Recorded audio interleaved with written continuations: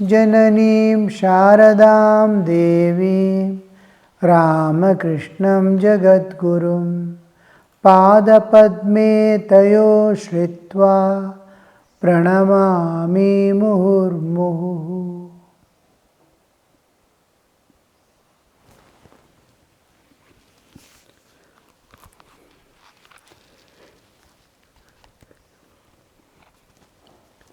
With grit,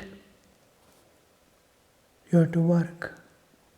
With firm determination, especially in this world of spirit, there cannot be any compromise, there cannot be any bargain. Whole, with one attention, with all perfection, you have to do.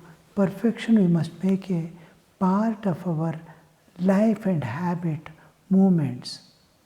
When we sit for any work or any activity, it must be complete dedication and complete giving.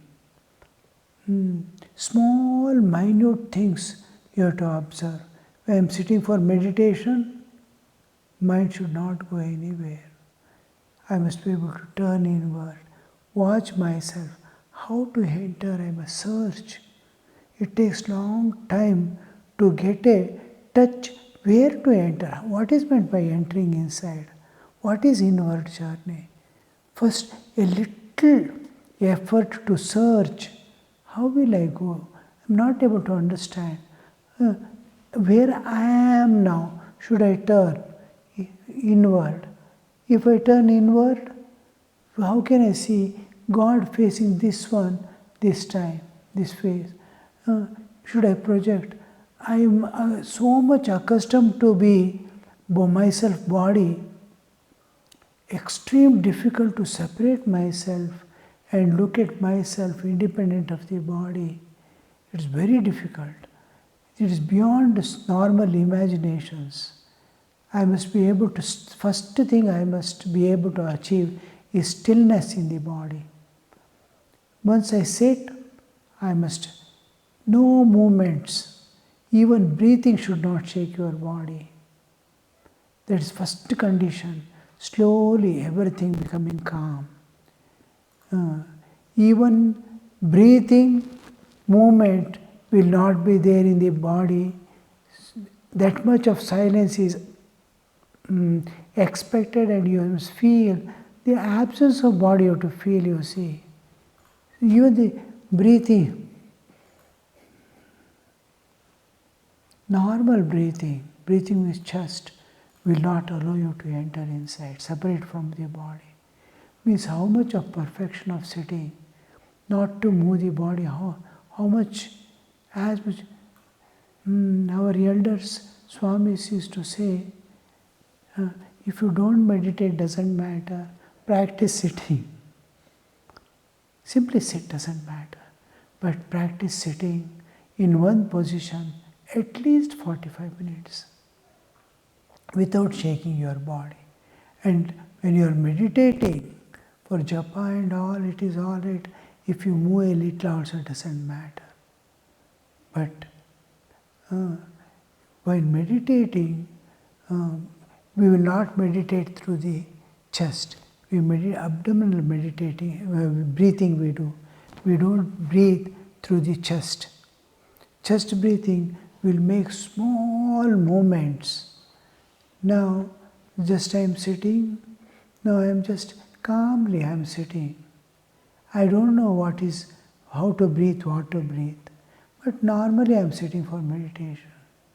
Then you can see my shoulders moving slowly.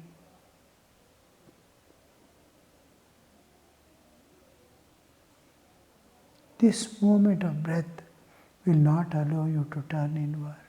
Feel the absence. The moment you feel the absence, you can move about anywhere. Like body is sleeping and the soul has started already moving about as if in dream world. Like that separation is possible, viewing it yourself is possible when the body becomes still. So we do the abdominal breathing and we keep the chest as it is unshaken and slowly breathe through the stomach. Diaphragm will move. Now, this abdominal breathing, because I have no extra space in the chest. When I breathe, it automatically expands and contracts, moves above and below, because it is almost touching the ribs. Now, when the diaphragm is pulled down and up through the stomach, instead of filling the breath, if I do, the lungs are getting filled without movements of the chest. Now, in the stomach, lot of space is there. It gets adjusted without shaking the body. While sitting for meditation, we need very little breathing. Though where we are asleep, most of the people will breathe heavily than normal breathing, to the extent of snoring also. How heavily they breathe. More tough than the normal breathing. But here in meditation, there is no movements, there is no much energy needed, there is no combustion needed by oxygen. Little burning is need of oxygen. That is maintained by small movements within the stomach. Your stomach doesn't expand and contract. You'll be sitting calmly. Inside adjustment is such. Beautifully, the diaphragm manages everything without your noticing anywhere. Within few minutes, maybe 2 or 3 minutes, body becomes still. You have crossed the Annamaya Kosha already. Everything is silent. You can slowly turn as you are with it, just like as if you are turning yourself with the body. You can turn it. You can see God sitting like sitting in a temple in your heart. You can walk in the temple, go to the Garbha Mandir within. So this is possible. Now, how much of determination, how much of that calmness, how much of awareness, you are fully vigilant. Totally all other thoughts and this one is dropped off. External context, external awarenesses are given up. Who am I? What duties I have? All things are. When you are sitting for meditation, you cannot say, I sit for 15 minutes and you cannot meditate. We don't think of time when sitting for meditation. So that kind of dedication, in the beginning, all this praying attention, this firm determination, I will not think of anything now. It is a time given to God. I have a lot of time after this to think of the world. Now I am sitting for meditation. Let my mind not think of anything other than Him. Yes, it is closed. So all senses are closed. Mind thinking is stopped. One vritti of Thakur's presence in the heart, and you are turning and moving towards it. That clarity, where I am going, how am I going, what I am doing, what are the steps that I have to travel. Everything will be registered. So it's that's why one must have stern determination, grit to follow. Then alone spiritual practice is possible. One must make firm resolve. There is great power in the seed of God's name, Bija Mantra. There is great power. It destroys ignorance, Ajnana Nashaka. A seed is tender, the sprout is soft, still pierces the hard ground.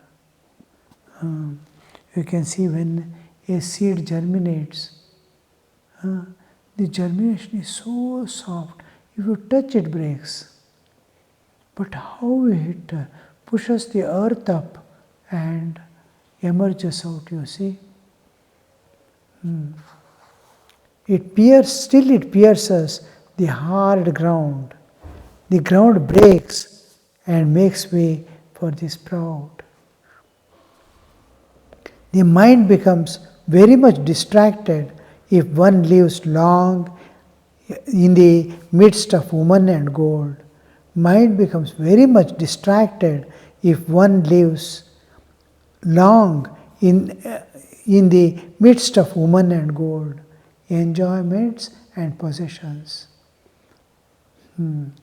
Now you see, in those days, the woman was outside, an objective thing. You could remain separate from, you may have to remain separate from external intimacies. It cannot be avoided, but developing intimacy, moving freely in a haphazard way, talking things other than spiritual, all these can be. But now it is not so. In everyone's pocket it is there. Cell phone, mobile cell phone. Oh, whole world he is carrying in his pocket. He may be closing himself within a room and whole Kamini Kanchana is in his pocket. He can do and undo anything sitting there. He can gossip with people outside, but to look from outside, he is alone in his room. He can send messages, he can do so many things. He can see whatever he wants. How the more man advances, more tough will be the challenges. Nature makes such arrangements. The more intelligent man becomes, more susceptible to nature. His advancement in scientific developments make him yield more and more to the nature's promptings. So, the mind. Therefore, one must be very careful. But monks do not have too much fear. The real sannyasi lives away from woman and gold. Therefore, through the practice of spiritual discipline, he can always fix his mind on God. A real sannyasi lives away from woman and gold. His mind is in such a high level of thinking, he doesn't distinguish, he doesn't identify. It is always busy. Whom do we call a sannyasi? One of the important principles is today I was taking sannyasa disciplines for the Matajis who are going to take sannyasa on 3rd Holy Mother's birthday, almost a week or 10 days left. And the Parivraja comes into picture. He says, after giving up everything, all types of yeshnas, desires, putra yeshna, vitta yeshna, loka yeshna, tvacha yeshna, all that, all yeshnas after giving up, what happens? He is called Parivrat. Where does he stay? He has given up all the world with the uttering of taking the vow of sannyasa. He has given up the entire thing. He has given up the whole creation, Srishti. Where is he going to live now? So he lives in Brahman with Brahman awareness. The awareness is always expanded into the cosmic existence. In God, he is seeing God everywhere. After giving up everything, the world is not given up, worldliness is given up. He is giving up two important things. Desires that persist makes the man look the world as world. It's God. Because of his vasana, he is looking. Now he is giving up all the things. Now he is looking. Now he sees after giving up, he comes to his real identity. His even bodily existence he gives up. I am body, that is also given up. I am mind, I am senses, I am Atman. Mahavakya is given. Self-identity. Old identity of bodily existence is given up. Then world. He can no more see the world as world. By that time, he has already completed so much of sadhana in 9 years of his brahmacharya period, that he is moving amidst God as if. So a sannyasin is far away from the understanding, like a child. It is not willful. No, now he is away from woman and gold means if he has already understanding of woman and gold, he may be physically away, but he is carrying in the mind, there is a thing called woman somewhere. A child's mind, you see. A child sees woman, but the woman awareness is not there. Man awareness is not there in him, nor woman awareness is there. Freely he goes and sits. His whole being is far from the woman and God. One who is able to feel divine awareness, one is able to maintain inner purity which he has derived not from the worldly wisdom or from scriptures, from the awareness of the Atman. I am Atman. Atma Tattvaya Swaha, Vidya Tattvaya Swaha, Shiva Tattvaya Swaha. Each time he offers, he holds on to Atma Tattvaya Swaha to overcome the first 3 nights of the soul. And then Rajas, he comes out. For 3 nights of the soul, for how we tamas, dvesha and mamakara. The great tamas. Tamas is alasya nidra, only not that. Excessive lust, excessive greed, excessive things, becoming wild for everything, is all signs of deep ignorance. He is not able to honor an elderly person. He doesn't want to see a person who is in power and authority, awards. All these are tamas. Ignorance is covering him. More and more ignorance is tamas. So he comes out of tamas, he comes out of the dvesha bhava, likes and dislikes. Then hatred, dislike, competitive spirit, all these things. He holding on to the I am Atman understanding, Atma Tattvaya Swaha. He looks within himself. And then my things, mine, mama, including identity with the body. Like that, 9 nights he has to cover. The next 3, bhogecha, desire for enjoyment, ahankara and ajnana, he takes out during the sannyasa period, holding on to he's coming out of rajas, he comes out of the tamas, comes out of the rajas.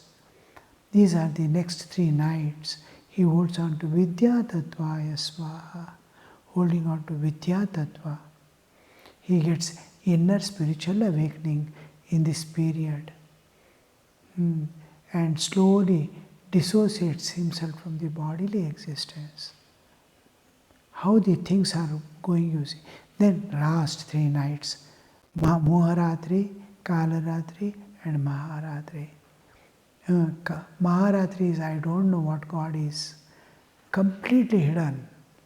I don't even feel the existence by any means. Feeling also is not there. Scriptures may say, but I don't feel there is something beyond. I don't know who am I. Even sleep or waking or any time, I have not known anything of who am I. I am body when I wake up. When I sleep, I am something else. When I get the Atma Jnana. So, not knowing myself is Kalaratri. And not knowing these two, who am I don't know. What is God, I don't know. And then to look upon things of the world as mine. Moharatri, children, property, all this he takes as mine. Bodily existence, body itself as mine and I. So this mine, this sticking, clinging to these things which are not mine is called Moha, Moharatri. And these are, by grace of Divine Mother, we cross over. So these are the how we are going to go layer by layer into the inner world. Now the whole of the project, we begin from myself as body, stage by stage, we enter our inner world to reach the innermost self. Now it begins with the whole thing, whole spiritual identity begins with my identity as Atman, self. I am the self, I am Atman.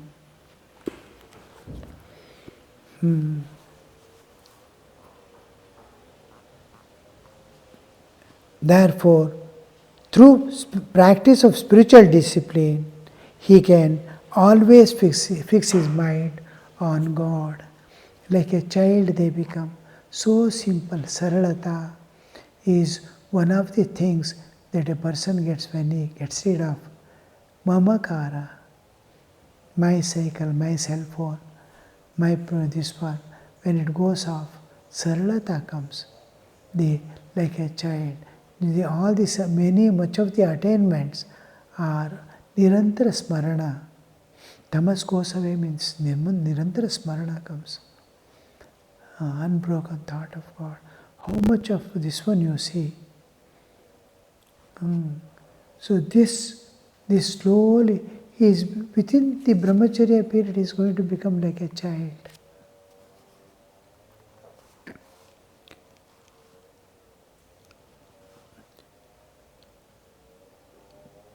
True sannyasi, those who are able to devote their minds constantly to God, are like bees, which light only on flowers and sip honey.